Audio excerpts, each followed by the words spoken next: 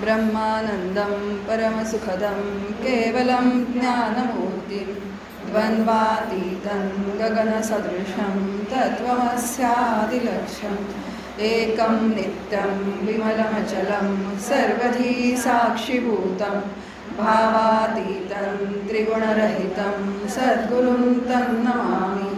गुरुर्ब्रह्मा गुरुर्विष्णु गुरुर्देवो महेश्वरः गुरुः साक्षात् परब्रह्म तस्मै श्री गुरवे नमः। शुकासारिखे पूर्णवैराग्यजाचे वसिष्ठा परिज्ञानयोगेश्वराचे कवी वाल्मिका सारिखा मान्य ऐसा नमस्कार माझा सद्गुरु रामदासा। जय जय रघुवीर समर्थ। माझ्या परमपूज्य सद्गुरूंच्या चरणी मनपूर्वक वंदन करते। श्री समर्थांच्या चरणी वंदन करते। इथे जे गुरुतत्व आहे त्या गुरुतत्वाच्या चरणांना निर्गुण रूपाने ते आपल्यामध्ये उपस्थित आहे त्यालाही वंदन करते। आणि आपण सर्व सद्भक्त जे इथे मठामध्ये जमलेले आहोत साधक आहेत त्यांच्याही हृदयस्थ भगवंताला वंदन करते। आणि आजच्या चिंतनाला आपण सुरुवात करूयात। सुनीताताईंनी इथे मला बोलायची संधी दिली आणि त्यामुळे आम्ही या मठामध्ये येऊ शकलो, नाही तर खरं या मठामध्ये आम्हाला येण्याचं तसं काहीच प्रयोजन नव्हतं। पण सज्जनगडावर आमची भेट झाली आणि तिथे आमचा जो परिचय झाला आणि तिथे आमचं शिबिर जे सज्जनगडावरती झालं होतं ते त्यांना भावलं आणि त्यांनाही असं वाटलं की आपण आपल्या इथे हा असा उपक्रम एकदा का होईना आपण घ्यावा प्रवचनं, आणि म्हणून त्यांनी ही संधी आम्हाला इथे उपलब्ध करून दिली। त्यांचंही आभार मानते, वैशालीचंही आभार मानते। आणि आपण सगळे श्रोते 2:30 ते 5:30 ही वेळ आहे प्रवचनाची। खरं तर जेवून झोपण्याची म्हणजे वामकुक्षीची वेळ आहे, पण तरीसुद्धा आपण सर्व इथे उपस्थित राहिला आहात त्यामुळे पुनश्च एकदा आपल्या सगळ्यांचे आभार मानते। आणि आजच्या चिंतनाला सुरुवात करूया। प्रवचनाला जो विषय दिला आहे तो दासबोध ग्रंथातले 2 विषय आम्ही निवडले दोघींनी।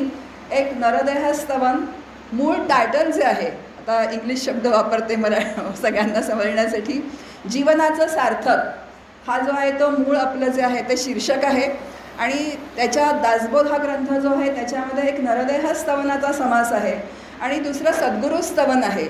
असे 2 विषय घ्यावेत असं सांगितलं गेल्यामुळे आम्ही हे 2 विषय घेतले आहेत। समर्थांचा जो नरदेहस्तवनाचा समास आहे त्या समासाचा विचार आपण जे जीवनाचं सार्थक आहे, आता जीवनाचं सार्थक व्हायचं असेल तर नरदेहामध्ये जन्मालाच यावं लागतं, कारण हा नरदेह जो मिळालेला आहे आपल्याला बघा, त्या नरदेहाचं स्तवन समर्थांनी केलेलं आहे। समर्थांचा पहिला जो स्तवनांचा दशक आहे त्या स्तवनांच्या दशकामध्ये 10वा समास जो आहे तो नरदेह स्तवनाचा आलेला आहे। म्हणजे नरदेहाची समर्थांनी काय केलेली आहे तर स्तुती केलेली आहे।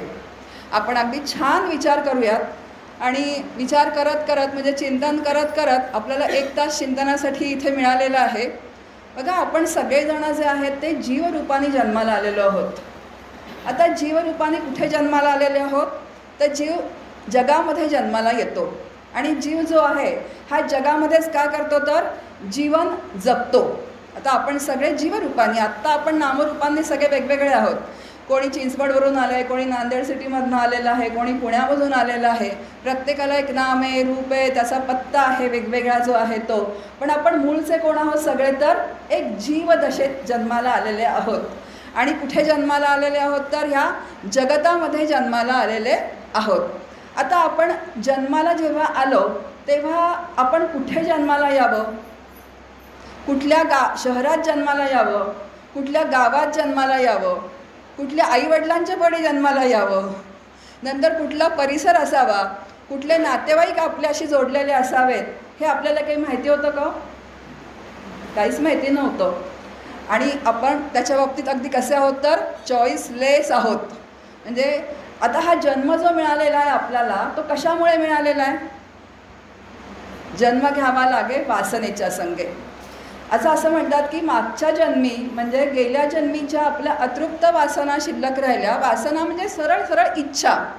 त्याचा आत्ता आपण खूप उहापोह इथे करणार नाही आहोत, पण ज्या इच्छा शिल्लक राहिल्या त्या इच्छा भोगण्यासाठी आपण जन्माला आलेले आहोत. दुसरं, आपण असं ऐकतो की माझं प्रारब्ध जसं असेल त्याप्रमाणे आपल्या वाट्याला ह्या सगळ्या गोष्टी येतात. आता हे प्रारब्ध कुठून निर्माण होतं, तर माझ्याच कर्मातून हे प्रारब्ध निर्माण होतं. आणि ते प्रारब्ध देण्याचं काम कोण करत असतो, तर तो ईश्वर करत असतो. आणि मग एक प्रारब्ध रूपाने भोग भोगण्यासाठी म्हणून आपण जन्माला येण्याची व्यवस्था, कारण माझं प्रारब्ध कसं आहे हे कुणाला माहिती आहे, म्हणजे माझं कर्म कसं आहे हे कुणाला माहिती आहे, तर ते त्या ईश्वराला माहिती आहे. म्हणून तो कोण आहे, त्या सृष्टीचं जे नियोजन, म्हणजे ही सृष्टी जी ईश्वर चालवतो, अगदी शिस्तबद्ध रीतीने चालवतो, सगळ्या जीवांना त्याच्या त्याच्या कर्माप्रमाणे जन्माला घालतो, तर तो कर्माचा अध्यक्ष आहे. त्याला आपल्या कर्माचा हिशोब त्या ईश्वराकडे आहे. आणि म्हणून त्याला माहिती आहे की त्या जीवात्म्याला कुठे आणि कसं जन्माला घालायचं आणि कुठली परिस्थिती त्याच्या वाट्याला आली पाहिजे. आणि म्हणून कुठे जन्माला यावं हे आपल्याला काय आपल्या हातात नाही आहे. नंतर आपण कधी जाणार आहोत, म्हणजे देह सोडून कधी जाणार आहोत, इथून जाणार नाही म्हणत मी. आपण हा देह सोडून कधी जाणार आहोत हे कुणाला माहिती आहे का? माहिती नाही आहे. आता असं काही स्टॅम्प पेपरवर भगवंतांनी लिहून दिलं आहे का की इतकं वर्ष तुझं आयुष्य आहे आणि मग तू इतकं आयुष्य संपलं की तू माझ्याकडे येणार आहेस, अशी कुठलीही खात्री आपल्याला नाही आहे. कदाचित इथून बाहेर पडल्यानंतर चिंचवडमध्ये आम्ही पोचू की नाही हे सुद्धा आम्हाला माहिती नाही आहे. त्यामुळे पुढचा क्षण जो आहे तो आपल्या हातात नाही आहे. म्हणजे कधी जन्माला यावं हे आपल्या हातात नाही आहे, कधी हा देह सोडून जावा हेही आपल्याला माहिती नाही आहे, त्याची खात्री नाही आहे. मग आता हे जे मधलं जे आयुष्य आहे, हे मधलं आयुष्य तरी माझ्या हातामध्ये आहे का? पण आपल्याला वाटतं की नाही की माझं आहे हे आयुष्य जे मला मिळालेलं आहे. मग आता आपण ही दोन्ही टोकं विसरतो आणि मग मधलं जे आयुष्य आहे त्या आयुष्यामध्ये आपल्याला असं वाटतं की आता सगळं माझ्या मनासारखं झालं पाहिजे. आणि त्याच्यासाठी सातत्याने काय असते, तर आपली धडपड सुरू असते. मग कितीही जरी आपण धडपड आपली सुरू असली की माझ्या मनासारखं व्हावं, तरी आपल्या सगळ्या प्रापंचिकांचा अनुभव आहे की जेव्हा वाटतं मनासारखं व्हावं तेव्हा होत नाही. आणि जेव्हा काय होतं तर असं वाटतं की नको बाबा आता दुसऱ्या गावाला बदली नको, आता फार झाल्या बदल्या, किंवा आता घर बदलायला नको, तरीसुद्धा कधीतरी आपल्याला नाईलाजास्तव एखादी गोष्ट आपल्या मनाविरुद्ध करावी लागते. याचाच अर्थ असा होतो की दोन्ही टोकं माझ्या हातामध्ये नाही आहेत आणि जे मधलं आयुष्य जे मला मिळालेलं आहे ते सुद्धा माझ्या हातामध्ये नाही आहे. हे सगळं जीवन जे आहे आपलं ते कशाने बांधलेलं आहे, तर प्रारब्धाने बांधलेलं आहे.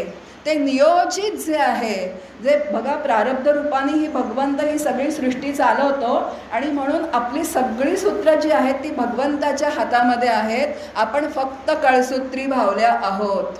पण तरी आपण जीवरूपाने या जगामध्ये जन्माला आल्यानंतर आपलं क्रियमाण स्वातंत्र्य वापरण्याचं क्रियमाण स्वातंत्र्य भगवंतानी आपल्याला दिलेलं आहे. आणि हा जो मुख्य मुद्दा जो आहे तो इथे आहे जीवनाचं सार्थक करण्यामध्ये.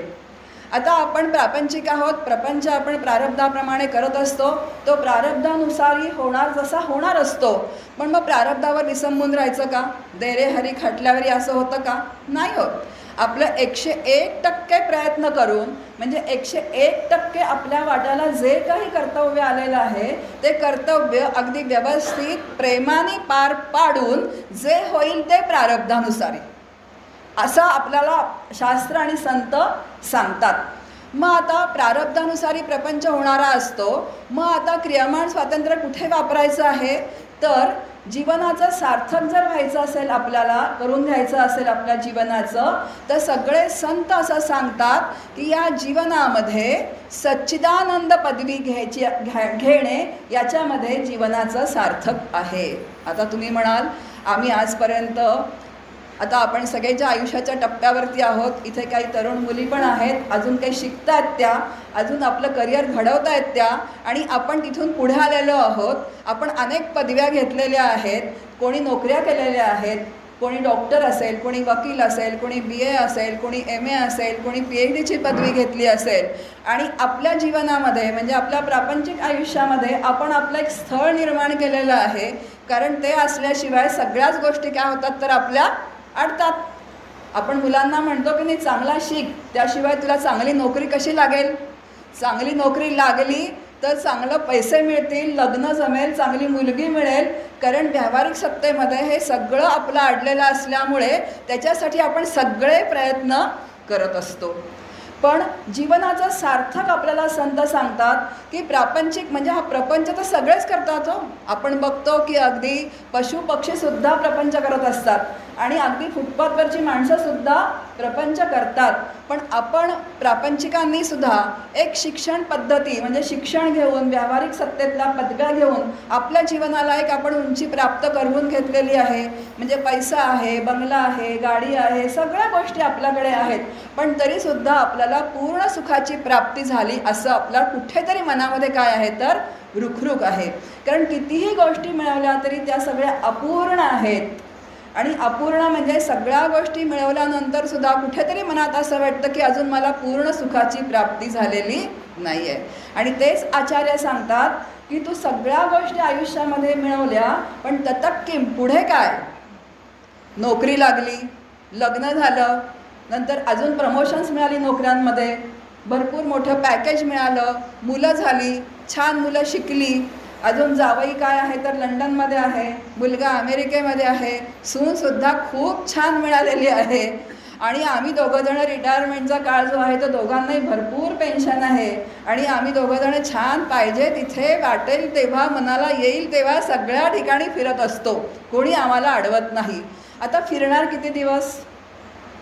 जोपर्यंत आपले हात पाय चांगले आहेत तोपर्यंत आपण फिरणार. पण परत जेव्हा एक दिवस असं होऊन जातं की आपल्या मनाला असं इतकं सगळं उपभोग घेऊन सुद्धा परत पुढे काय, हा जो प्रश्न आहे तो पुढे काय, तर संत आपल्याला सांगतात की ज्यांनी सच्चिदानंद पदवी घेतलेली आहे, ज्यांनी त्या परब्रह्मतत्वाची अनुभूती घेतलेली आहे, ज्यांनी ज्या आत्मसाक्षात्कार ज्याला म्हणतात, ब्रह्मसाक्षात्कार ज्याला म्हणतात. आता थोडे शब्द काय वाटतात आपल्याला, हे खूप मोठे वाटतात. बापरे, आत्मसाक्षात्कार काय, ब्रह्मसाक्षात्कार काय, नंतर सच्चिदानंद पदवी काय. पण असं घाबरून जायचं काहीही कारण नाही आहे, अगदी सोपं आहे. आपण ब्रह्म आत्मा बघा, आत्मा is equal to Brahma is equal to आनंद. आता आनंद सगळ्यांना हवा आहे ना, फक्त आपण शोधतो आनंद कशामध्ये? आत्ता मी जे सांगितलं त्याच्यामध्ये. घर दार, पैसा, बंगला, गाडी, आपलं स्टेटस किती आहे याच्यामध्ये आपण तो आनंद शोधत असतो.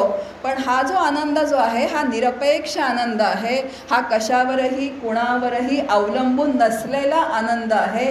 आणि असा आनंद प्राप्त होऊ शकतो असं आपल्याला संत आणि शास्त्र आणि सद्गुरू अगदी आपल्याला आत्मविश्वासाने सांगतात. म्हणून समर्थ आपल्यासमोर नरदेहस्थवनामध्ये ओवी सांगतायत, या नरदेहाचे संबंधे बहुत पावले उत्तम पदे अहंता सांडूनी स्वानंदे सुखी झाले. या नरदेहात जो जो जन्माला आलेला आहे या नरदेहाचे संबंधे बहुत पावले उत्तम पदे, खूप जणांनी उत्तम पदाची प्राप्ती करून घेतलेली आहे.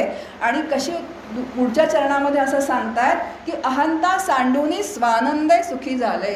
म्हणजे अहंकारामुळे त्या आत्मस्वरूपापासून आपण जे खूप दूर निघून गेलेलो आहोत आणि तो अहंकाराचा निराश झाला की स्वानंदाने सुखी झालेले आहे. तो आनंद बाहेरून कुठूनही प्राप्त होत नाही.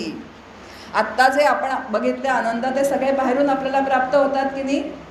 गाडी पाहिजे, त्याच्यापेक्षा काय शेजारच्यानी गाडी चांगली घेतली त्याच्यापेक्षा मला चांगली गाडी पाहिजे तर मला आनंद होतो. साडी बघितली तर तिच्यापेक्षा मला भारी साडी पाहिजे. म्हणजे ह्या प्रत्येक व्यावहारिक सत्तेमधल्या ज्या गोष्टी आहेत त्या काय आहेत तर चढाओढीच्या आहेत, स्पर्धेच्या आहेत, ईर्षेच्या आहेत. आणि त्याच्यामध्येच आपण तुलना जी सुद्धा कधी करतो कोणामध्ये तर एकमेकांमध्ये तुलना आपण करत असतो आणि त्याच्यामध्येच तिच्यापेक्षा मला जास्त मिळालं असं म्हणून आपण आपल्याला आनंद मानत असतो. पण हा जो आनंद आहे हा कुठल्याही सापेक्षतेने आनंद नाही आहे, हा निरपेक्ष आनंद आहे.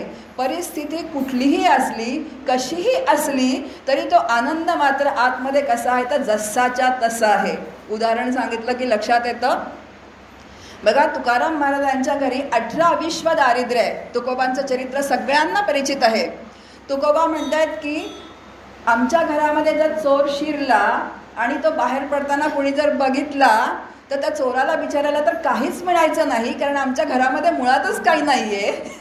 म्हणजे एक धान्याचा कणसुद्धा त्याला मिळायचा नाही. आणि तो बाहेर पडल्यानंतर, बाहेर पडताना जर कोणी बघितलं तर उगाचच त्याला मार खावा लागेल. म्हणजे इतकं 18 दारिद्र्य ज्या तुकोबांच्या घरामध्ये आहे, त्या तुकोबांच्या मुखातून जर आपण अभंग ऐकतो, आनंदाचे डोई आनंद तरंग, आनंदाची अंग आनंदाचे.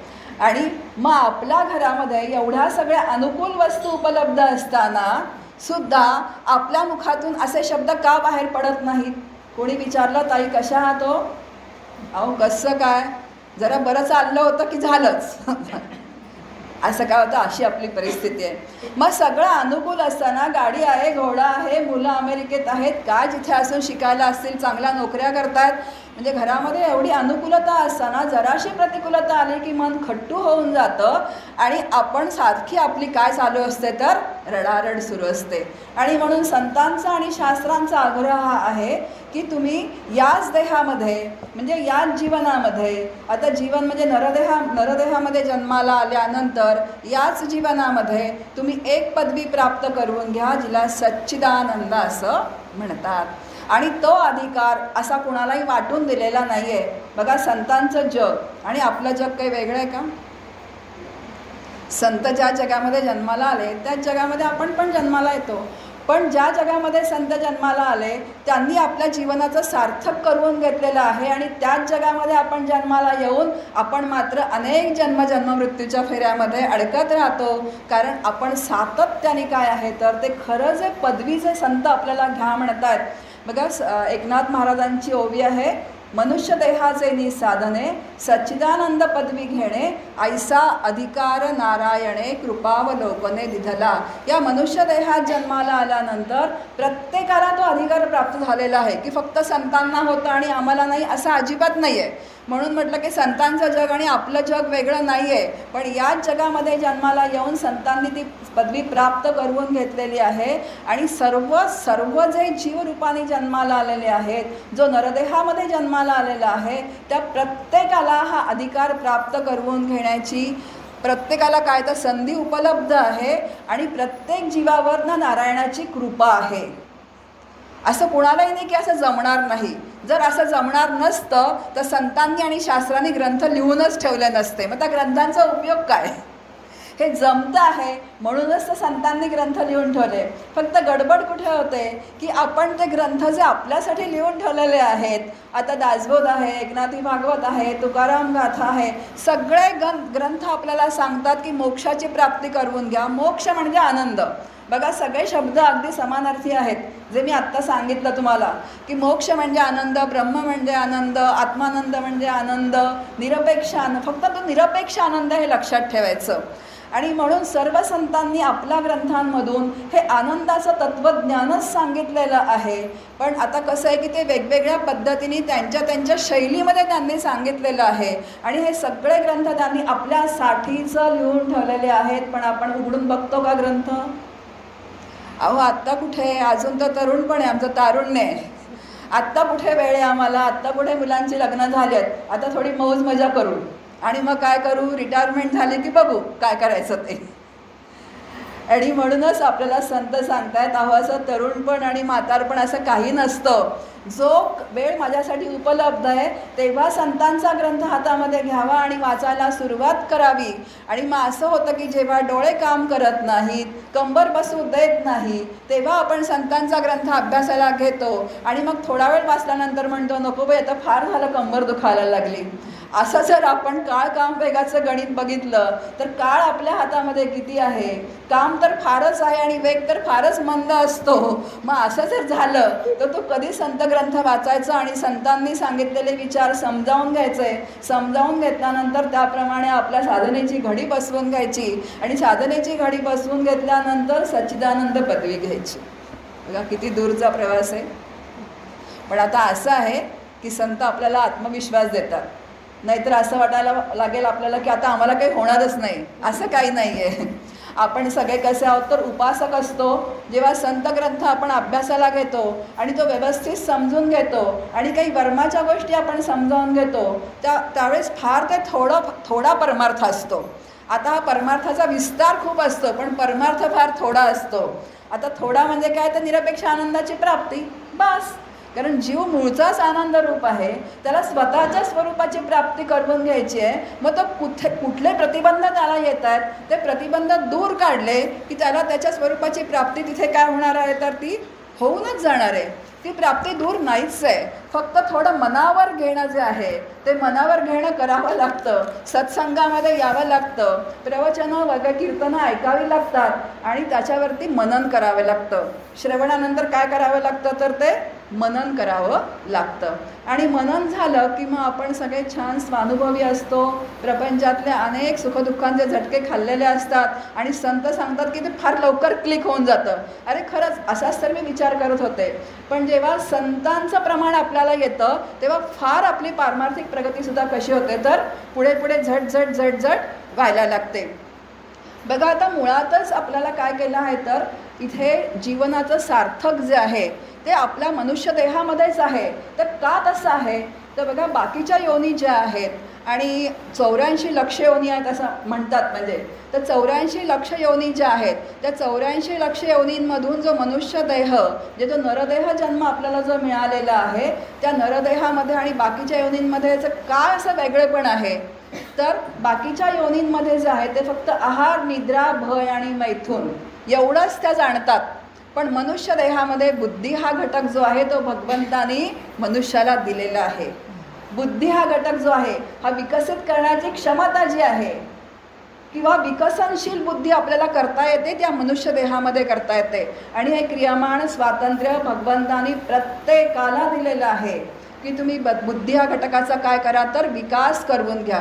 म्हणून मी सुरुवातीला जी बैठक मांडली की आपण प्रापंचिक आहोत, आपला प्रपंच आपण उत्तम करत असतो. संत हे प्रपंचाचे असंतोषाचे जनक अजिबात नाही आहेत.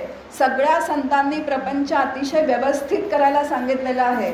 समर्थ म्हणतायत प्रपंच करावा नेटका, पण पुढे समर्थ म्हणतायत मग घ्यावे परमार्थ विवेका. म्हणजे तुम्ही प्रपंच करा हो, दिवसातला काही जो तास असेल, 24 तासातले आपण काही झोपेचे तास जर सोडले तर जो वेळ उपलब्ध असतो आपल्याकडे त्याच्यातला आपण बराच वेळ प्रपंच करत असतो.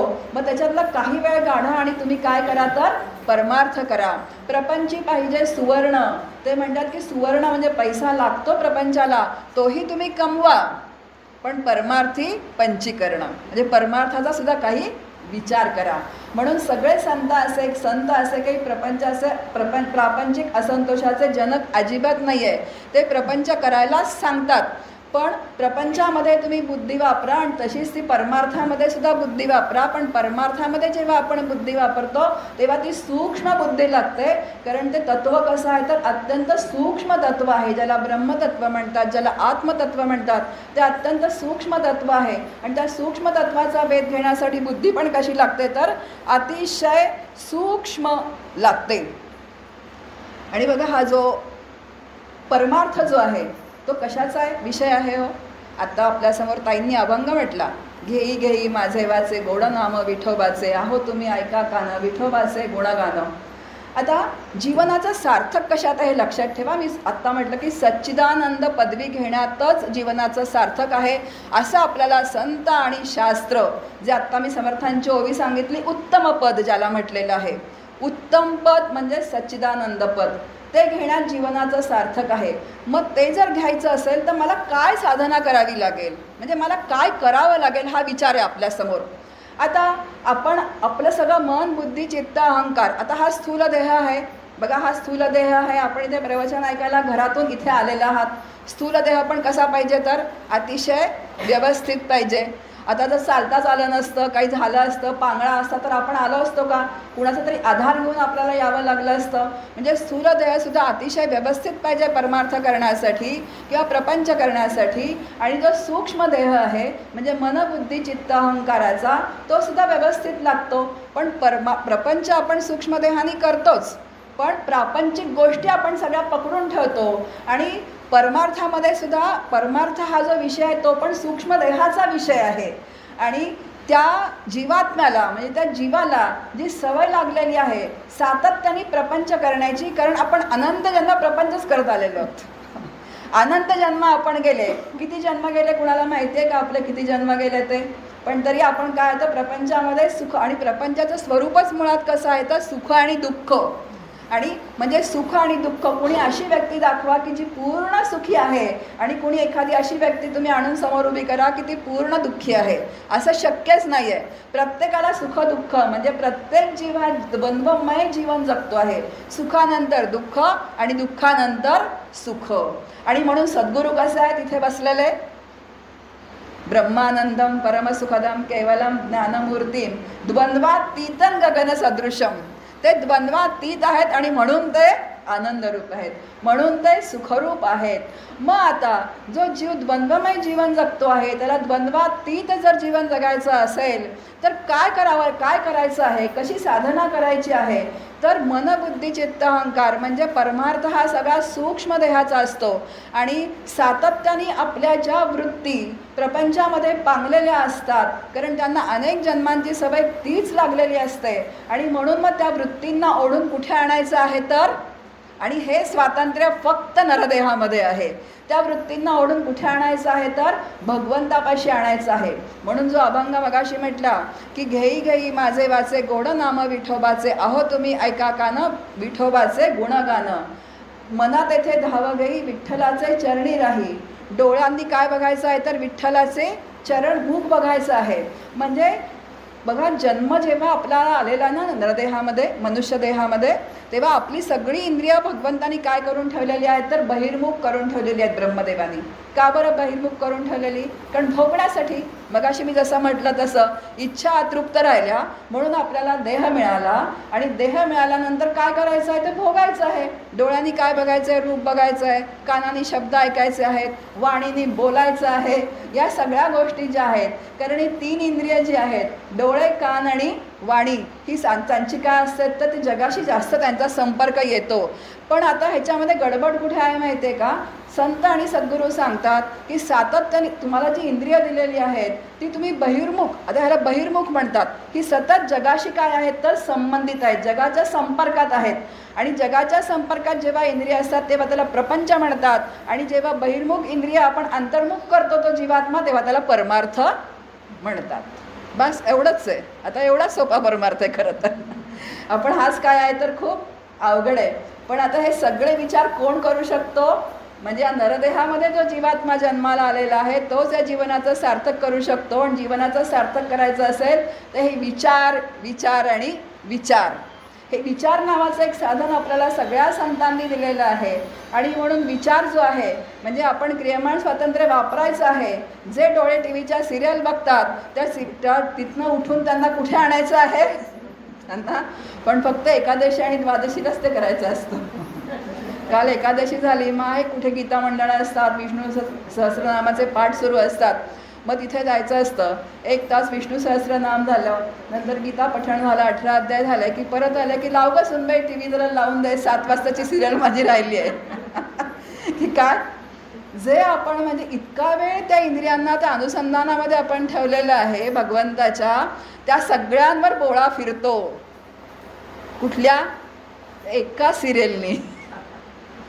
आता आधी आपल्या प्रपंचात काय कमी घटना आहेत का सुखदुःखांच्या आणि मत्सराच्या आणि क्रोधाच्या? मग त्याच्यामध्ये अजून भर कुणाची घालायची असते? त्या बाहेरच्या चित्रांची. आणि ज्या म्हणतातही म्हणतात की त्या सिरियलमध्ये आनंद झाला, काही सुखाचा प्रसंग आला की आपणच हसतो एकटं वेड्यासारखं. त्या सिरियलमध्ये काही दुःखाचा प्रसंग आला की आपण रडतो त्यांच्याबरोबर. म्हणजे दुःखाचं प्रारब्ध आपण असं ओढवून सुद्धा घेतो. म्हणजे नुसतं दुःखाचं प्रारब्ध आपलं नसतं, तर सिरियलमधल्या सिनेमातल्या कथा ऐकून पाहून त्याच्याबरोबर आपण अगदी त्याच्याशी एकरूप होऊन जातो. त्यांच्याबरोबर रडतो, त्यांच्याबरोबर हसतो. असं कोण करतं? वेडा माणूस करतो. आणि ते डायरेक्टर जे आहेत ते काय त्यांना सांगतील तसं ते सिरियल लिहित जातात. म्हणजे पारमार्थिक जो आपल्याला म्हणून घेतो, ज्याला सच्चिदानंद पदवी घ्यायची आहे, ज्याला जीवनाचं सार्थक करून घ्यायचं आहे, त्यांनी ही बंधनं म्हणजे स्वतःला ही बंधनं घालून घ्यायची आहेत. नाहीतर मग आपल्याला असं वाटतं की अरे इतके वर्षानुवर्ष मी काय करते तर परमार्थ करते. प्रत्येकजण काहीतरी परमार्थ म्हणून काहीतरी करत असतो आणि तरीसुद्धा मला अजून आनंदाची प्राप्ती झालेली नाही आहे. मग आता असा प्रश्न आपण आधी विचारतो का कधी आपल्याला की अरे संत जसे दिसतात, संतांच्या चेहऱ्यावर जी शांती आहे, संतांच्या चेहऱ्यावर जी तृप्ती आहे, संतांच्या चेहऱ्यावर जे समाधान आहे मुखावरती त्यांच्या, ते आपल्याला असं प्राप्त होईल का? मग आपणच आपल्याला म्हणतो नाही, आम्हाला असं कसं प्राप्त होणारच नाही, कारण संत ते संत आणि आम्ही ते आम्ही. कारण जबाबदारी नको असते आणि म्हणते जबाबदारीचा परमार्थ असं म्हणतात. जबाबदारी नको असते म्हणजे सिरियल बघण्याची इच्छा झाली तरी सुद्धा त्या जीवानी आपल्या मनाला सांगायचं की तुला सिरियल बघायची नाही आहे, तर तुला काय करायचं आहे, आत्ता तर नाम घ्यायचं आहे किंवा एखादा ग्रंथ समोर घ्यायचा आहे, तो वाचायचा आहे किंवा संत संगतीत जाऊन बसायचं आहे. आणि असं सातत्याने जेव्हा आपण त्या अनुसंधान मनाला म्हणजे आपण ठेवत जाऊ, तेव्हा कुठेतरी बघा या प्रपंचाचा इतका चित्तामध्ये हा प्रपंच घट्ट धरून बसलेला असतो की इतक्या गोष्टी त्या चित्तामध्ये साठलेल्या असतात की त्या चित्तातल्या साठलेल्या गोष्टी काढण्यासाठी बरं एक जन्माच्या नाही आहे, तो अनेक जन्मांच्या आहेत त्या गोष्टी. नशीब आपल्याला आठवत नाही ते अनेक जन्मांचं म्हणून, याच जन्मातलं आठवतं. पण तरीसुद्धा भूतकाळात काय झालं, भविष्यकाळाची चिंता, या चित्तात सगळ्या आपल्या गोष्टी असतात. अहो भूतकाळात अशी घटना घडून गेली, ती मला त्यावेळेस तसं बोलली, काही गरज होती का करायची, माझ्या नंदेने मला त्रास दिला, माझ्या सासूबाई माझ्याशी नीट वागल्या नाहीत, माझे नातेवाईक असे आहेत. अहो गेला ना भूतकाळ, आता त्याचं आत्ता काय, त्याचं आत्ता काय आहे. पण माणूस नावाचा प्राणी इतका फजितखोर आहे की तो स्वतःला दुःख देत असतो. बाहेरून येणारी दुःख खूप कमी असतात, बाहेरून येणारी दुःख खूप कमी असतात. आपण विचार करा अंतर्मुख होऊन, बाहेरून आपल्याला दुःख खूप कमी येतात, पण आपल्या अंतःकरणातनंच आपण ही भूतकाळातल्या घटना जेव्हा आठवतो तेव्हा आपलं अंतःकरणच आपण काय करतो तर दुःखी करवून घेतो. जसं आहे चिखलामध्ये दगड टाकला तर काय उडणार आहे अंगावरती, चिखलच उडणार आहे. अगदी त्याचप्रमाणे त्या अंतःकरणामध्ये म्हणजे ज्या घटना होऊन गेलेल्या आहेत त्याच्यामध्ये आपण त्यांचं सातत्याने स्मरण करतो. स्मरण झालं की दुःख होतं, दुःख झालं की परत मग त्या प्रवाहामध्ये आपण वाहत जातो. बरं दुःख एकट्याने पण सोसायचं नसतं, ते आठवायचं नसतं. मैत्रीण आली की तिला सांगायचं असतं, कोणी नातेवाईक की तिला सांगायचं असतं.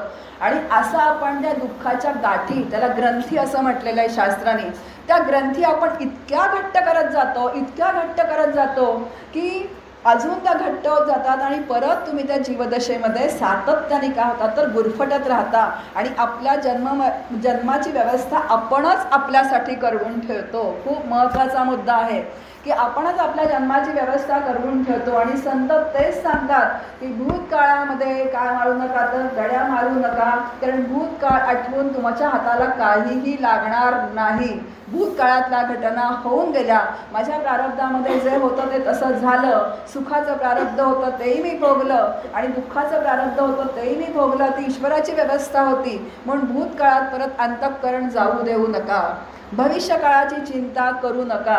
भविष्यकाळामध्ये काय होईल आणि कसं होईल, का सातत्याने आपलं चित्त जे असतं ते चिंतेने ग्रस्त झालेलं असतं. आणि जेव्हा असं चित्त चिंतेने काय झालेलं असतं तर व्यापलेलं असतं, तेव्हा तिथे भगवंत असेल का?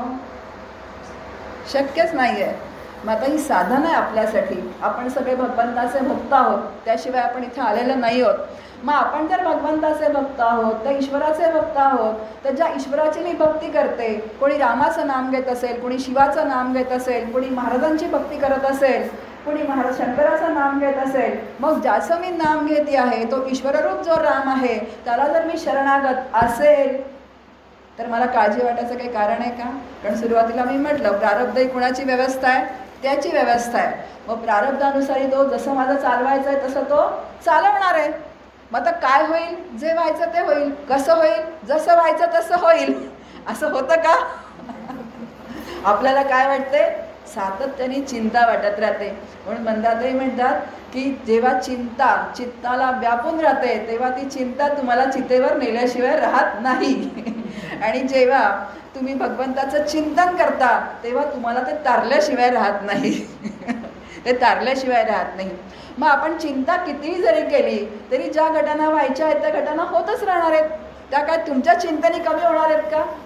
अजिबात होणार नाही आहे. बरं नियोजन करा, प्लॅनिंग करा, काही बिघडत नाही. प्लॅनिंग करावं लागतं की पुढे काही असा प्रसंग येऊ नये की जेणेकरून काही असा आपल्यावर प्रसंग येईल दुःखाचा, मग त्याचं प्लॅनिंग करा. प्लॅनिंग करायला कोणी नाही म्हणत नाही आहे, पण सतत चिंता करणं ज्याला म्हणतात.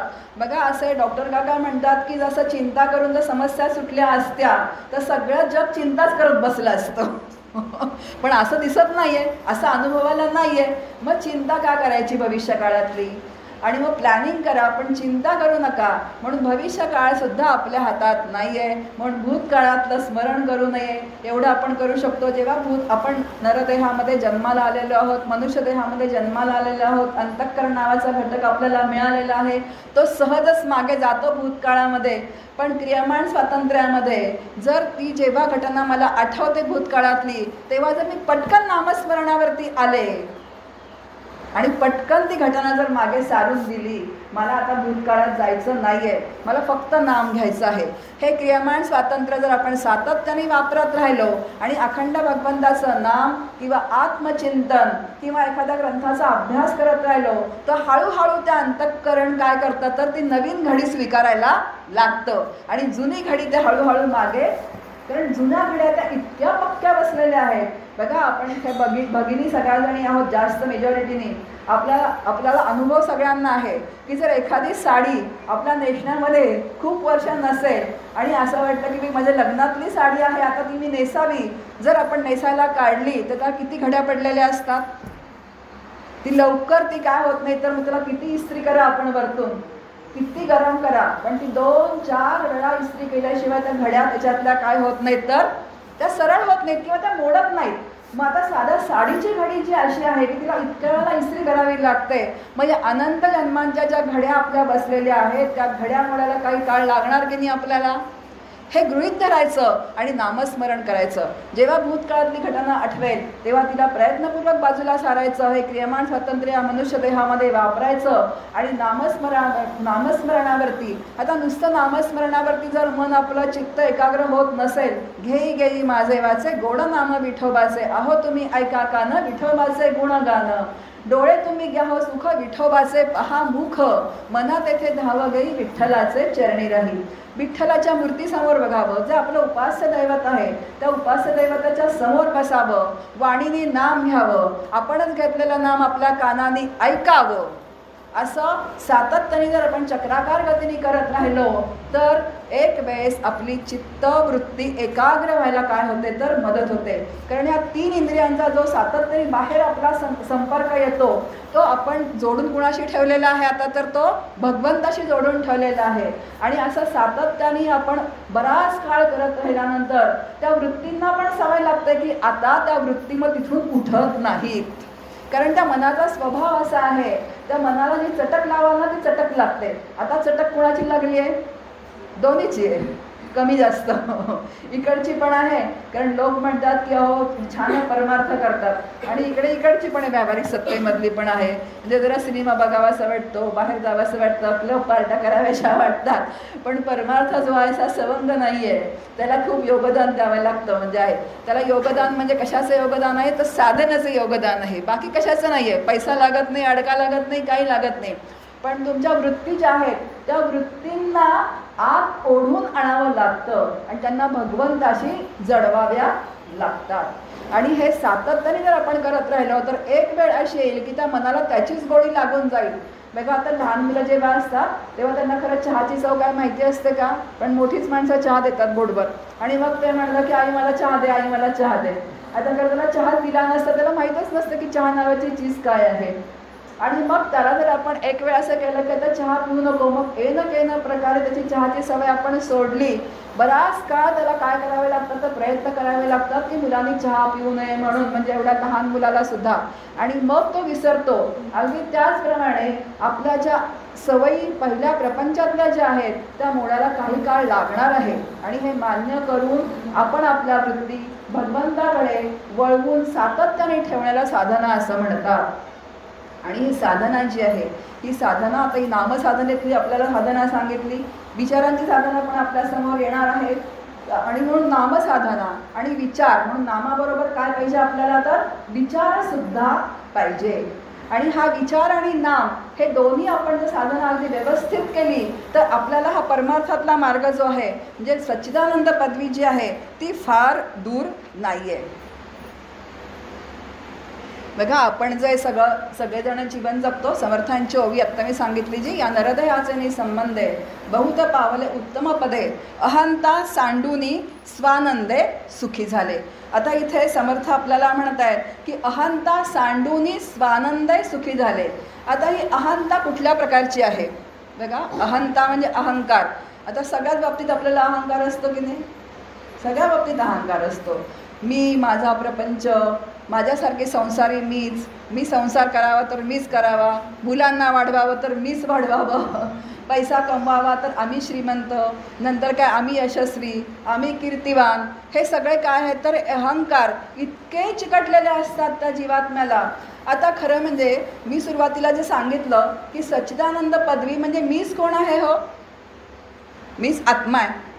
मीच कोण आहे तर ब्रह्म आहे. मीच कोण आहे तर राम आहे. मीच कोण आहे तर कृष्ण आहे. आता राम कृष्ण सगुणामध्ये म्हणतात तर आत्मा आणि ब्रह्म निर्गुणामध्ये म्हणतात. एवढाच फरक आहे. आता मीच आत्मा आहे, मीच ब्रह्म आहे, माझ्याच आतमध्ये नित्यप्राप्त ती ज्योत तेवती आहे, माझ्याच अंतःकरणामध्ये तो भगवंत आहे, पण तो मला अनुभवाला येत नाही आहे. तर तो का अनुभवाला येत नाही आहे याचा कधी आपण विचार केला आहे का? कारण बघा, एक उदाहरण आपण सगळेजण जेव्हा असतो, एक सामान्य अहंकार आहे आणि एक विशेष अहंकार आहे. आता सामान्यपणे आपण सगळ्यांना आपण मी म्हणतो की नाही? मी म्हणतो. आता प्रत्येकाने एक पदवी इथे काही घेतलेली आहे. मी PhD केलेली आहे, मी डॉक्टर आहे, मी वकील आहे, अजून कोण मी MA आहे, मी BA आहे, अशा प्रत्येकाच्या काही काही पदव्या आहेत. त्याच्यासमोर मी आहे. आता नुसतंच जर म्हटलं डॉक्टर, वकील, त्याला काही अर्थ आहे का? तिथे मी आहे. काय आहे तिथे? तर तो मी आहे. आणि मी म्हटलं की ते मी म्हणजे जो सामान्य जो मी आहे ना, तो सामान्य मी, जो अस्तित्वाचा जो मी आहे, अस्तित्व रूपाने. कारण मी शिवाय व्यवहार चालतच नाही ना. मी शिवाय व्यवहार चालतच नाही. म्हणून अस्तित्व रूपाने जो मी आहे तो सगळ्यांचा असतोच. तो असलाच पाहिजे. तो नसला तर व्यवहार होत नाही. पण मी डॉक्टर, माझ्यासारखी प्रॅक्टिस करणारा कोणी नाही. मी शिक्षिका, माझ्यासारखी शिकवणारी कोणी नाही. किंवा माझ्याकडेच विद्यार्थी येतात. मी संसार करणारी, माझ्यासारखा संसार कोणी केला नाही. या मीवर जेव्हा हे विशेष अहंकार चढायला लागतात तेव्हा तो सामान्य मी त्याच्यामध्ये कुठे काय होऊन जातो तर लुप्त होऊन जातो. म्हणजे माझं मूळचं स्वरूप मला अनुभवाला येतच नाही. कारण त्याच्यावरती एवढे विशेष विशेष विशेष मी काय होतात तर त्याचे आपण म्हणू की ती पुटं चढत राहतात. एक लक्षात घ्या की दृष्टांत आहे की अगदी संथ पाणी आहे. बघा, संथ पाणी आपण सगळ्यांनी कधीतरी बघितलं असेल. आता संथ पाण्यावरती एखादा तरंग उमटला तर तरंग पण अनुभवाला येतो आणि पाणीसुद्धा आपल्याला अनुभवाला येतं. पण जर वारा आला आणि पाणी खूप हलायला लागलं तर तरंगावरती तरंग उमटायला लागले तर मूळचं स्वच्छ पाणी म्हणजे मूळचं स्थिर पाणी जे आहे ते आपल्याला अनुभवाला येत नाही. अगदी त्याचप्रमाणे आपलं हे मूळचं अंतःकरण जे आहे, हा अंतःकरण नावाचा घटक जो मला मिळालेला आहे. बघा, अंतःकरण याचा अर्थ मन, बुद्धी, चित्त आणि अहंकार. आता एकच मन जेव्हा संकल्प विकल्प करतं तेव्हा त्याला मन म्हणतात. आणि एकच अंतःकरण जेव्हा निश्चय करतं तेव्हा त्याला बुद्धी म्हणतात. तेच अंतःकरण जेव्हा एखादी गोष्ट पकडून ठेवतं त्याला चित्त म्हणतात. आणि तेच अंतःकरण जेव्हा अहम अहम करतं तेव्हा त्याला अहंकार असं म्हणतात. उदाहरण, एकच स्त्री आहे पण तिलाच कोण मावशी म्हणतं, कोण काकू म्हणतं, कोण आत्या म्हणतं, कोण ताई म्हणतं. आता कार्य बदललं की त्याला मन म्हणतात.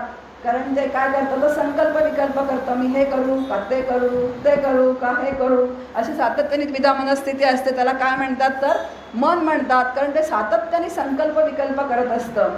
मग आता बुद्धी म्हणजे निश्चय करते त्याला बुद्धी म्हणतात. बघा, संकल्प विकल्प याचा अर्थ आता कधी संकल्प विकल्प होतात. आता मला भाजी करायची आहे घरामध्ये. फ्रीज उघडला, किती भाज्या आहेत फ्रीजमध्ये? 4 भाज्या आहेत. आता 4 भाज्या आहे म्हटल्यानंतर कुठली भाजी करावी? संकल्प झाला भाजी करायची. विकल्प म्हणजे पर्याय 4 भाज्यांचे आले माझ्यासमोर. मग आता कुठली भाजी करायची? मग आता 4 भाज्यांमधनं 4 भाज्यासुद्धा कोणालाच आवडत नाहीत, मग आता बटाटेच करायचे. म्हणून काय झाला बुद्धीचा निश्चय, आता बटाट्याचीच भाजी करूयात. म्हणजे मनाचं काम थांबलं, म्हणजे संकल्प विकल्पाचं काम थांबलं. संकल्प झाला की बटाट्याची भाजी करायची, बुद्धीचा निश्चय झाला की आता हीच भाजी करायची. आणि चित्त जे आहे ते पकडून ठेवतं एखादी गोष्ट. बघा भूतकाळातल्या घटना कोण पकडून ठेवतं? चित्त पकडून ठेवतं. जशीच्या तशी मला घटना आठवते, आपण म्हणतो की नाही असं अजूनपर्यंत. ते चित्त पकडून ठेवतं आणि अहम ही जी वृत्ती करते. आणि या 4 वृत्ती आहेत. आपला विषय चालला होता की ज्याप्रमाणे अगदी शांत पाण्यावरती जेव्हा वृत्ती उमटतात तेव्हा शांत पाणी अनुभवाला येत नाही, अगदी त्याचप्रमाणे शांत मूळचं जे अंतःकरण शांत आहे त्या मूळच्या शांत अंतःकरणावरती जेव्हा अशा अनेक विचारांच्या वृत्ती उमटतात तेव्हा मूळचं अंतःकरण जे शांत आहे आणि त्या अंतःकरणामध्ये जी नित्यप्राप्त ज्योत आहे, जे नित्यप्राप्त तत्व आहे, जे आनंदरूप आहे, ते आपल्याला अनुभवाला येत नाही. आणि ते जर अनुभवाला यायचं असेल तर या वृत्तींचा निराश करावा लागतो, तो विवेकाने निराश करावा लागतो. म्हणून विचार नावाचं साधन जे आपल्याला संतांनी सांगितलेलं आहे आणि विचार करण्यासाठी आपल्याला काहीही लागत नाही. इवन आपण म्हणतो की आता वैकल्य सुरू होतील श्रावण महिन्यामध्ये, मग आता मंदिरात जायचं कोणाचा नेम असतो, मंदिरात जायचं, प्रदक्षिणा घालायच्या, दिवे लावायचे, उपवास करायचे. आता काहीतरी करावं लागतं की नाही या सगळ्या गोष्टींसाठी आपल्याला कुठून तरी कुठे यावं लागतं, काहीतरी त्याची सामुग्री गोळा करावी लागते.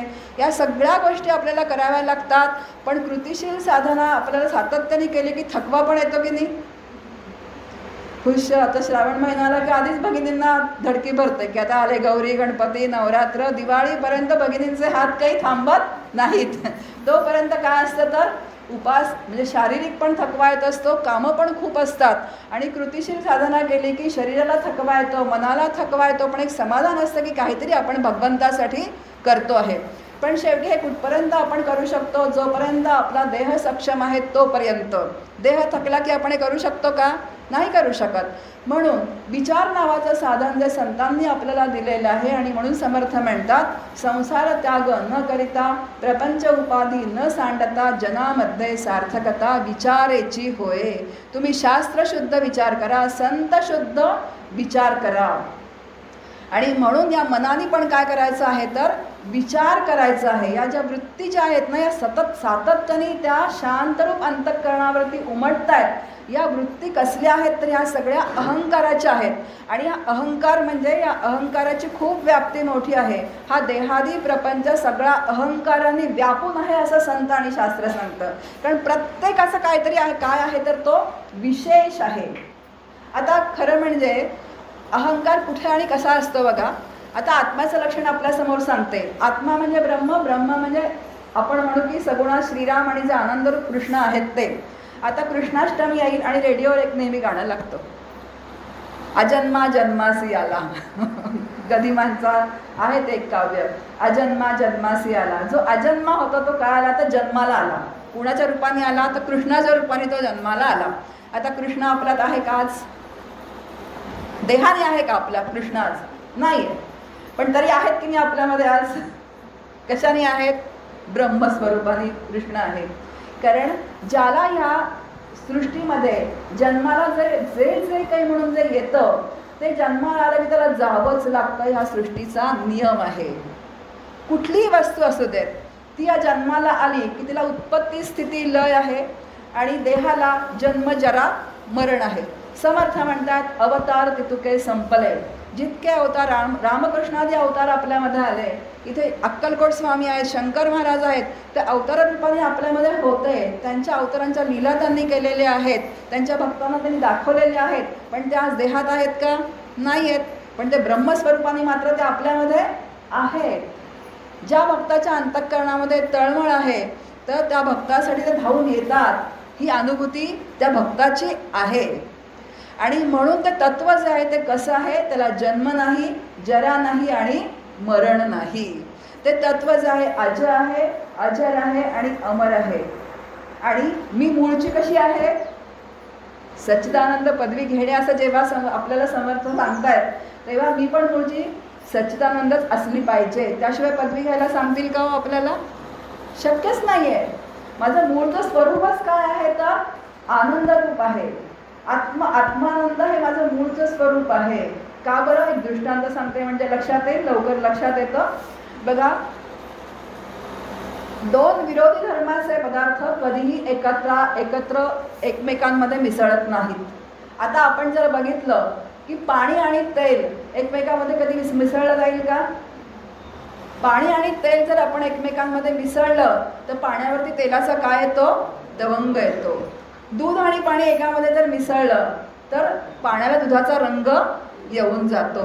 पण हेच जर एका बिस्लरीमधलं बाटलीतलं पाणी आणि दुसऱ्या बिस्लरी बाटलीतलं पाणी जर आपण दोन्ही भांड्यात एकत्र केलं तर पाणी म्हणून पाणी एकत्र मिसळतं की नाही एकमेकांमध्ये बेमालूमपणे. जर मी माझ्या मैत्रिणीला म्हटलं तू माझ्या बाटलीतलं पाणी का ओतलंस, तू मला माझ्या बाटलीतलं पाणी वेगळं करून दे, तर करून देता येईल का? नाही देता येणार. कारण ते पाणी एका धर्माचे आहेत. त्यांचा काय आहे तर धर्म एकच आहे. आणि या पाणी आणि तेलाचा धर्म कसा आहे तर तो विरोधी आहे. आणि जेव्हा संत आणि शास्त्र आपल्याला सांगतात की जीवच आत्मरूप आहे, जीवच परमात्मा स्वरूप आहे, जीवच आनंद रूप आहे, याचाच अर्थ की जीव आणि आत्मा हे एकाच धर्माचे असले पाहिजेत. आणि मग ते वेगळे का झाले तर जन्म घ्यावा लागे वासनेच्या संगे. मगाशी मी सांगितलं त्याप्रमाणे या अहंकार या जगामध्ये जन्माला आल्यानंतर या अहंकाराचा जो विस्तार झाला आणि ज्या अहंकारामध्ये आपल्या वृत्ती पांगल्या त्यामुळे आपण त्या मूळच्या आत्मस्वरूपापासून काय झालो तर वेगळे झालो. खरं तर मी पण कशी आहे मुळातच जन्माला आलेली नाही, म्हातारी होणार नाही आणि मृत्यूपंथाने जाणार नाही. आमचं काका म्हणतात बरं का की निरूपणी हे सद्वृत्ती होते, सरत्याग होता सवेची जाते. सगळेजण आता इथे छान माना हलवतात आणि बाहेर गेले की म्हणतात माहिती नाही आम्ही जन्माला आलेलो आहोत, गुडघे दुखायला लागले याचा अनुभव आहे आणि मृत्यूपंथाने जाणार आहोत, माहिती नाही किती दिवस राहिले आणि परत चेहरा कसा होऊन जातो तर दुःखी होऊन जातो. आता हे शास्त्र जे आपल्याला इथे आपल्याला सांगतंय हा सगळा जो विचार कशासाठी आहे बघा. मूळचा जीव जो आहे तो आत्मरूपच आहे, आनंद रूपच आहे आणि त्याचा आनंद मूळचा त्याला प्राप्त करून देण्यासाठी हे संत आणि शास्त्र काय करतायत तर आपल्यासाठी झटतायत. खरं म्हणजे आपल्यासाठी कष्ट घेतलेत संतांनी आणि शास्त्रांनी. एवढा ग्रंथ आणि शास्त्र आपल्यासमोर लिहून ठेवलेलं आहे. मग आता ही साधना जी आहे ती आपण कशी करायची आहे. आता बघा आपण सगळेजण माझी 50वा वाढदिवस माझा होता. आता 50वा वाढदिवस माझा साजरा जेव्हा व्हायचा होता तेव्हा मला असं वाटायचं की कोणीतरी फोन केला पाहिजे, कुणीतरी म्हटलं पाहिजे की 50वा वाढदिवस साजरा केला पाहिजे, आपण सगळेजण सेलिब्रेट करूयात, कुठेतरी जाऊयात असं मनामध्ये. कारण आपण कसं असतो तर या सेलिब्रेशनसाठी कसं असतो तर कोणी माझी दखल घेत आहे की नाही घरातले, इतकं मी घरातल्यांसाठी केलं, हाडाची काढं केली, रक्ताचं पाणी केलं, मरमर मेले, मुलांना इकडे तिकडे पोहोचवलं ट्युशनला, त्यांना एवढं मोठं केलं, अगदी त्यांचं छान एक स्थळ निर्माण झालं, लग्न करून दिलं आणि आता मला कोणीच विचारत नाही. बोलत तर नाही मनातून पण वाट बघत असतो की कुणीतरी माझ्या वाढदिवसाची आठवण ठेवतंय का नाही. आणि इकडे प्रवचनामध्ये काय म्हणायचं, आत्मा अजर आहे आणि अमर आहे. आता काय कुठे जमलं कशाचं काही, आणि तो आत्मा मी आहे. मग कोणी फोन केला तरी रामकृष्ण हरी, कोणी नाही केला तरी रामकृष्ण हरी. मग तेव्हा जमलं. आणि तेव्हा तुम्हाला विचार तिथे आठवला पाहिजे की अरे मी प्रवचनात तर सांगतेय किंवा श्रोत्यांच्याही मनात आलं पाहिजे की आपण प्रवचनामध्ये ऐकलं होतं की तो आत्मा कसा आहे तर अजर आहे आणि अमर आहे, तो जन्माला येत नाही. आणि सगळे संत आणि शास्त्र मला सांगतात की तो आत्मा तू आहेस. मग तो आत्मा जर मी असेल तर मला का वाईट वाटतंय, त्या क्षणी तिथे तो विचार आला पाहिजे. आणि तो विचार तिथे येणं, आता येणं म्हणजे काय, सातत्याने. म्हणून तत्कथनम तत्श्रवणम तत्वचनम शास्त्र आपल्याला सांग, म्हणजे तेच ऐका, तेच वाचा, तोच अभ्यास परत करा.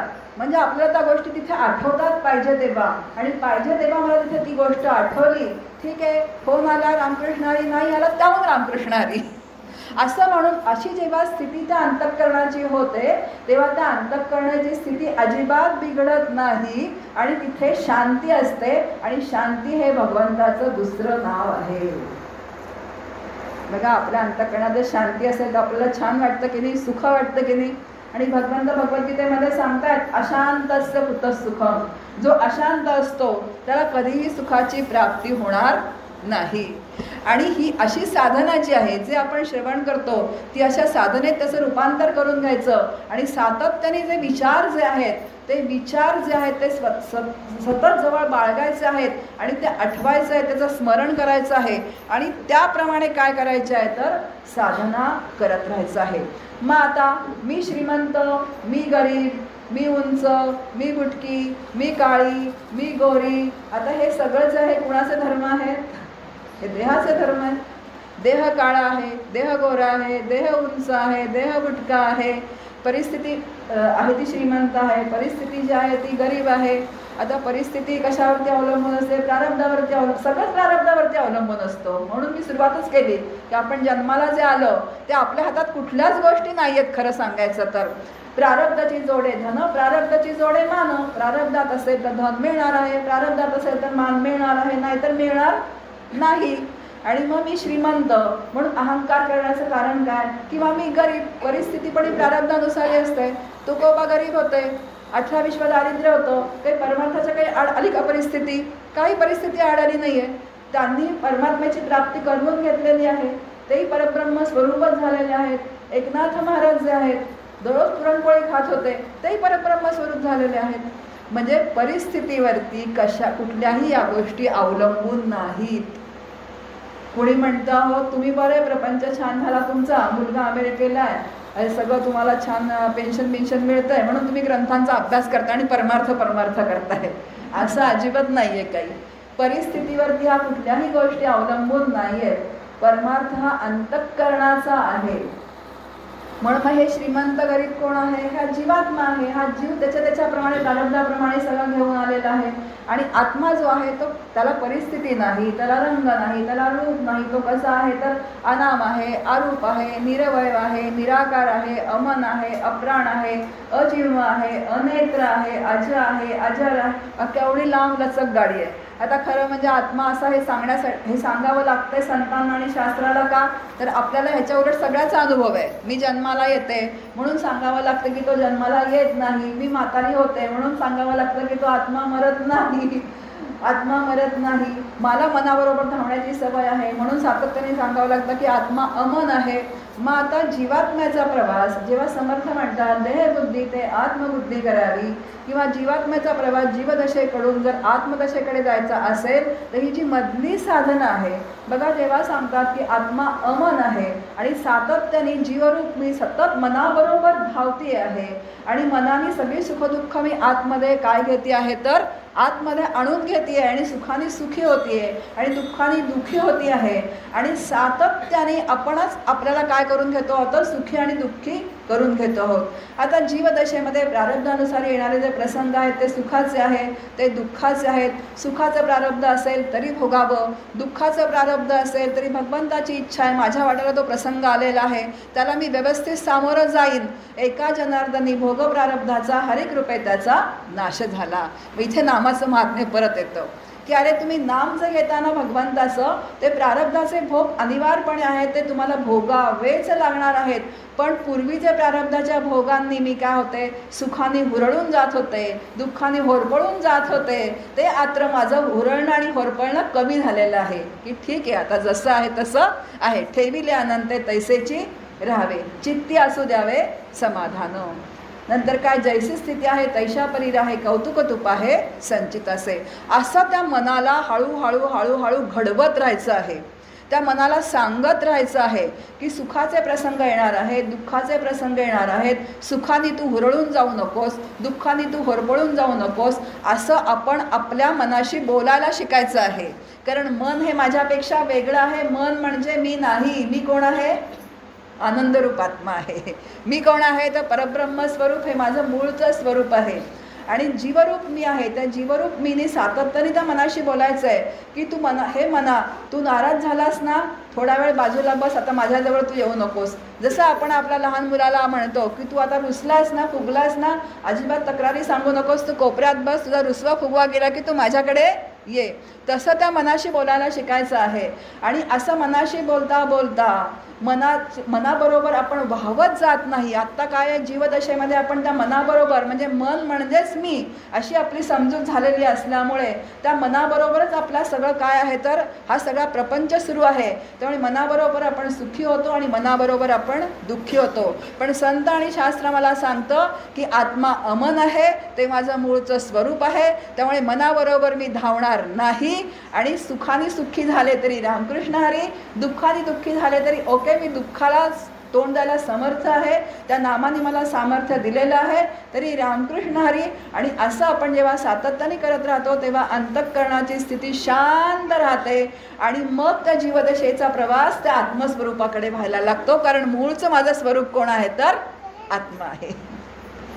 बघा, आता मला माहिती नाही पण मी सांगण्याचा प्रयत्न करते आपल्याला, कारण खूप विचार आहेत त्याच्यामध्ये, म्हणजे किती सांगावेत आणि काय न सांगावेत असा इथे प्रश्न पडतो.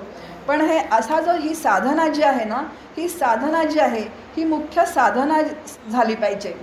आणि म्हणून समर्थ म्हणतात त्या नरदेहाचे संबंधे बहुत पावले उत्तम पदे, अहंता सांडूनी स्वानंदे सुखी झाले.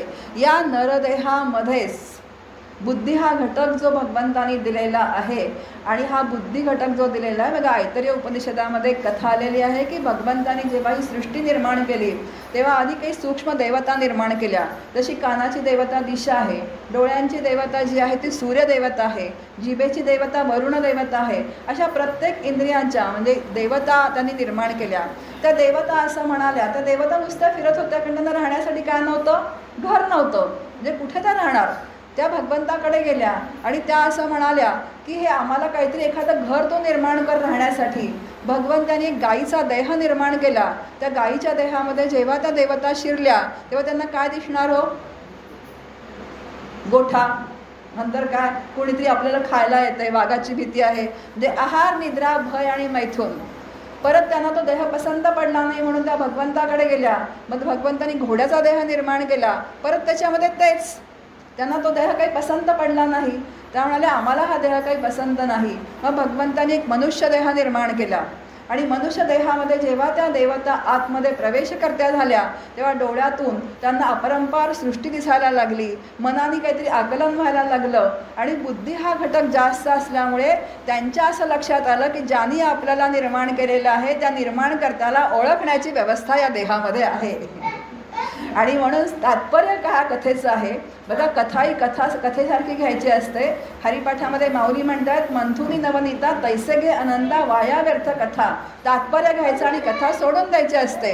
त्याच्यातलं तात्पर्य असं आहे की या नरदेहामध्येच फक्त भगवंताला ओळखण्याची व्यवस्था आहे. आणि जर या नरदेहामध्ये येऊन जर आपण भगवंताला ओळखलं नाही तर आला आणि पाणी वाहत गेला.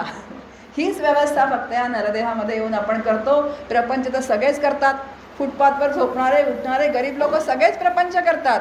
मग आता आपण वेगळं काय करतो तर या भगवंताला ओळखण्याची जी व्यवस्था नरदेहामध्ये आहे ती व्यवस्था वापरण्याचं क्रियमाण स्वातंत्र्य या नरदेहामध्ये भगवंतानी मला दिलेलं आहे.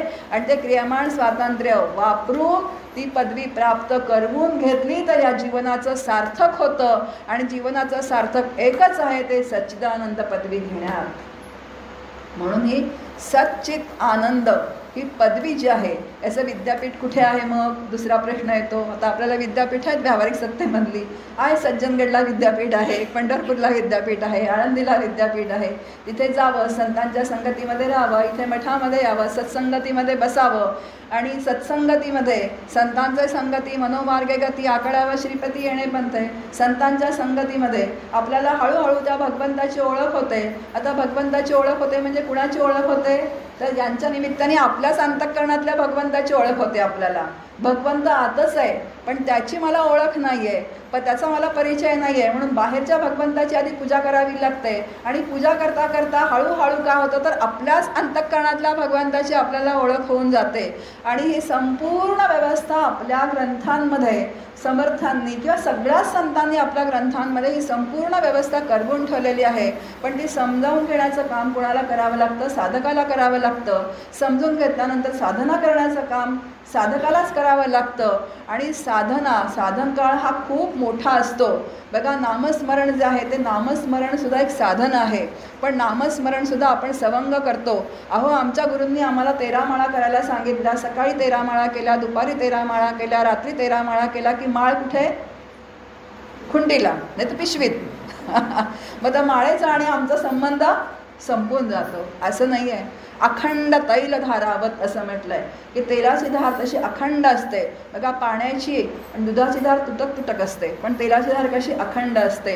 हे तो भगवंत आहे असं अखंड माझ्या चित्तामध्ये त्याच्याविषयीची श्रद्धा आणि संतांनी सांगितलेले विचार, असं साधन जर आपण व्यवस्थित करत राहिलो तर फार ती पदवी मिळवणं काय आहे तर ते खूप अवघड नाही आहे. म्हणून या नरदेहाचे निसंबंधे बहुत पावले उत्तम पदे. समर्थ सांगतायत, अहो, खूप जण त्या उत्तम पदाला प्राप्त झालेले आहेत. तुम्ही घाबरून जाऊ नका. आम्ही सांगतो तसं तुम्ही करा की तुम्हाला सुद्धा ते उत्तम पद प्राप्त होणार आहे. फक्त अहंता, म्हणजे त्या अहंता ज्या आहेत त्या मात्र तुम्ही सांडा. आणि तो अहंकार जो आहे तो मात्र तुम्ही विवेकाने काय करा, त्याचा तर निराश करा. आणि निराश करत राहिलात आम्ही सांगितल्याप्रमाणे विवेकानी, विचारांनी, तर तुमच्या स्वरूपाची अहंता सांडूनी स्वानंद आहे असं म्हटलंय. बघा, बाहेरच्या आनंदाने नाही. तो माझा स्वानंद म्हणजे स्वतःच्याच आतमध्ये, माझ्याच अंतःकरणामध्ये जो आनंद आहे त्या आनंदानेच मला काय होतंय तर आनंद प्राप्त होणार आहे. आणि असं जर जीवनाचं सार्थक आपल्यासमोर ठेवलेलं आहे. बघा, आता असं आपण सगळे प्रापंचिक आहोत, आपण परमार्थ करत आहोत. गोंदवलेकर महाराज असं आपल्याला म्हणतात की प्रपंचामध्ये कर्तव्यनिष्ठ राहिलं की सौख्य मिळतं आणि परमार्थामध्ये गुरुनिष्ठ राहिलं की सौख्य मिळतं. तर दोन्हीकडे सौख्य आहे. प्रपंचामध्ये कर्तव्य करावं लागतं आणि परमार्थामध्ये गुरूंच्या आज्ञेचं काय करावं लागतं तर पालन करावं लागतं. म्हणजे इहलौकिक आणि पारलौकिक असं दोन्ही आपल्याला, इहलौकिक आणि पारलौकिक असं दोन्हीही सौख्य आपल्याला प्राप्त होऊन जातं.